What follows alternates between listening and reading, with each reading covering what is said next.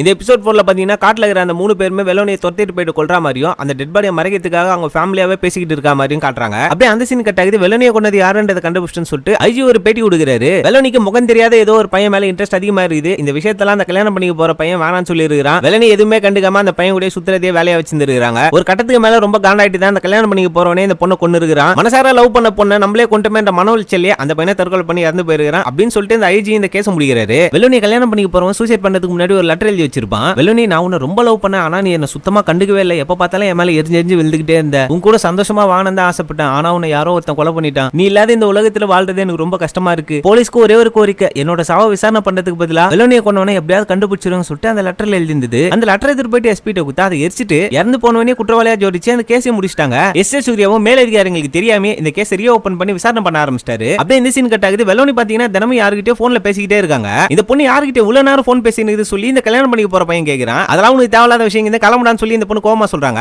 இதனால இந்த பையன் அடிக்கிற மாதிரி கை வாங்கிட்டு அங்க கிளம்பி இருப்பான். அப்படியே அந்த சீன் கட் ஆகுது. காட்டுல இருக்கிற ஃபேமிலி விசாரிக்கிறதுக்காக எஸ் சூர்யா போனா அந்த 3 பேருமே சேர்ந்து எஸ் சூர்யா மிரட்டி அனுப்புறாங்க. அப்படியே இந்த பக்கம் பார்த்தா மேன்ஷனுக்கு போன் வருது. வெலோனி பொண்ணு இந்த போன் அட்டெண்ட் பண்றாங்க. அந்த பக்கம் பாத்தீங்கன்னா மேன்ஷன்ல தங்கி அந்த புக் ரைட் தான் கால் பண்ணிருக்காரு. இந்த பொண்ணு ரொம்ப நாள் பழக்க இருக்கிறவங்க மாதிரி ரொம்ப ஜாலியாவா அவர் கூட போன் பேசுறாங்க. அப்படியே இந்த எபிசோட் 4 முடிக்கிறாங்க.